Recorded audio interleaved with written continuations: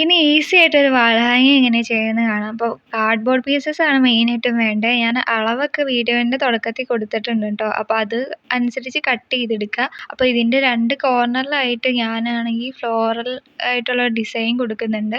നടുക്കായിട്ട് നമുക്ക് എഴുതി കൊടുക്കാനുള്ളതുകൊണ്ടാണ് 2 കോർണറിൽ കൊടുത്തേക്കണത് കേട്ടോ. അപ്പോൾ ഞാൻ സാധാ പേന വെച്ചിട്ടാണ് വരച്ചു കൊടുക്കുന്നത്. അതിൻ്റെ മേലേക്ക് സ്കെച്ച് വെച്ചിട്ടൊന്ന് കളർ ചെയ്ത് കൊടുക്കുകയാണ് ചെയ്യുന്നത്. അപ്പോൾ ഫ്ലവേഴ്സിൽ ഒന്ന് സൈഡിൽ ഡാർക്ക് കളറും സെൻറ്ററിൽ ലൈറ്റ് കളർ എന്ന രീതിയിലാണ് ചെയ്യുന്നത്. അപ്പോൾ ഇങ്ങനെ ചെയ്യുവാണെങ്കിൽ കുറച്ചുകൂടെ ഭംഗി ഉണ്ടായിരിക്കും കേട്ടോ കാണാൻ. അപ്പോൾ അത് കഴിഞ്ഞ് ബ്ലാക്ക് വെച്ചിട്ട് ബാലൻസ് പരിപാടികളും ചെയ്യുന്നുണ്ട്. അപ്പോൾ നമ്മുടെ കളറിങ് പരിപാടി കഴിഞ്ഞ് കഴിഞ്ഞാൽ നമുക്ക് റൈറ്റിങ്സ് ആണ് ആവശ്യം. അപ്പോൾ അതിൻ്റെ സെൻറ്ററിലായിട്ട് ഞാൻ ജസ്റ്റ് പേന വെച്ചിട്ട് ഒരു റെഫറൻസ് ആയിട്ട് എഴുതി കൊടുക്കുന്നുണ്ട് കേട്ടോ. അപ്പോൾ നിങ്ങൾക്ക് ഇതേപോലെ സിമ്പിളായിട്ടും ചെറിയ ചെറിയ കുഞ്ഞു കോഡ്സ് ഒക്കെ ആയിട്ട് ഇങ്ങനെ എഴുതി കൊടുക്കാം.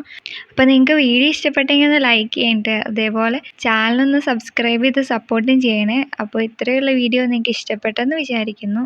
അപ്പോൾ ഇഷ്ടപ്പെട്ടെങ്കിൽ എല്ലാവരും ഒന്ന് കമൻറ്റ് ചെയ്യാനും മറക്കല്ല കേട്ടോ. എന്തെങ്കിലും സജഷൻസ് ഉണ്ടെങ്കിൽ അതുകൂടെ പറയാം കേട്ടോ.